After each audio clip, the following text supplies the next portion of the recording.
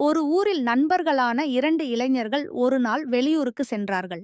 போகும் வழியில் இரவு நெருங்கிவிட்டதால் குளிரவும் தொடங்கிவிட்டது. இருந்தாலும் இருவரும் பல விஷயங்களைப் பற்றி பேசியபடியே பயம் தெரியாமல் நடந்தார்கள்.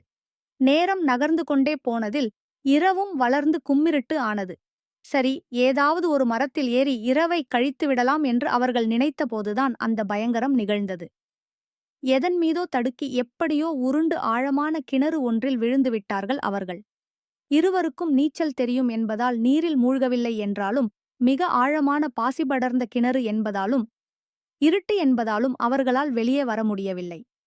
கிணற்றில் விழுந்த நிலவின் பிம்பம் மட்டுமே துணையாக இருக்க இருவரும் விடியும் வரை கிணற்றுக்குள்ளேயே இருந்தார்கள். விடிந்தது. வெளிச்சம் பரவ ஆரம்பித்ததும் அவர்களுக்கு இருந்த கொஞ்சம் நம்பிக்கையும் இருண்டு போனது. காரணம், கிணறு அவர்கள் நினைத்ததை விட மிக மிக ஆழமாக இருந்தது. அதைவிட மோசமாக அதிலிருந்து ஏறி வர எந்த பிடிப்போ படிகளோ எதுவுமே இல்லை. சுருக்கமாகச் சொன்னால், எப்போதோ இயற்கைச் சிற்றத்தின் போது ஏற்பட்ட வெகு ஆழமான பள்ளம் போல் இருந்தது அது. சேரும் சகதியும் நிறைந்திருந்த அதிலிருந்து வெளியேறுவது ஏதாவது அதிசயம் நிகழ்ந்தால்தான் முடியும். நிலவரம் என்ன என்பது தெரிந்ததுமே இளைஞர்களில் ஒருவன் கலவரமடைந்து சேர்ந்து போனான். மற்றவனோ சற்று நேரம் அமைதியாக தியானத்தில் அமர்ந்தான். பிறகு யோசிக்க ஆரம்பித்தான். அப்போது கிணற்றின் ஒரு மூலையில் காட்டு மரம் ஒன்றின் கனமான வேர் பரவி இருப்பது அவன் கண்ணில் பட்டது. அதை பார்த்ததும் அவனுக்கு ஒரு யோசனை தோன்றியது. சட்டென்று கிணற்றுக்குள் மூழ்கியவன் அதன் அடியிலிருந்து ஒரு கல்லை எடுத்து வந்தான். அந்தக் கல்லால் வேரை தட்டி தட்டி சிறு கழி போல் 2 துண்டுகளை வெட்டி எடுத்தான்.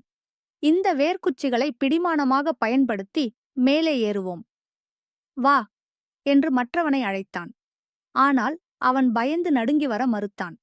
அவனைச் சுமந்து கொண்டு வெளியேறுவது முடியாத விஷயம்.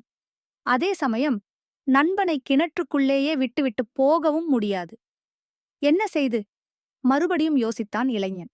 ஒரு சில நிமிடங்களுக்குப் பின் தன் நண்பனிடம், நண்பா, எனக்கு ஒரு மந்திர வார்த்தை தெரியும். அதைச் சொன்னால் எந்தவித பயமும் நமக்கு வராது. அதைத்தான் நான் இவ்வளவு நேரம் சொல்லி தியானம் செய்தேன். நீயும் சொல், உனக்கும் அச்சம் இருக்காது. சுலபமாக நாம் வெளியேறிவிடலாம் என்றான். அதைக் கேட்டதுமே 2வது இளைஞன் முகத்தில் ஒரு மலர்ச்சி வந்தது. அவசர அவசரமாக கேட்டான். என்ன மந்திரம் அது? சொல். இளைஞன் சொன்னான். நமிவையா? நமசிவாய தெரியும். இது என்ன நமிவையா?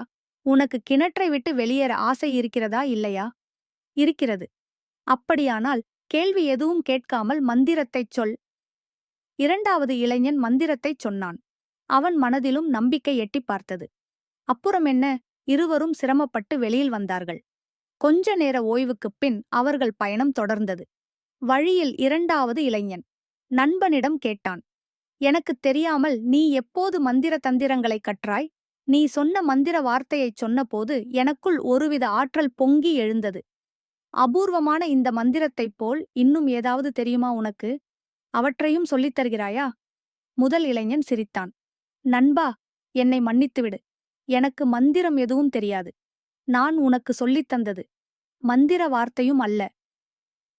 அப்படியானால் என்னை ஏன் ஏமாற்றினாய்? நான் ஏமாற்றவில்லை.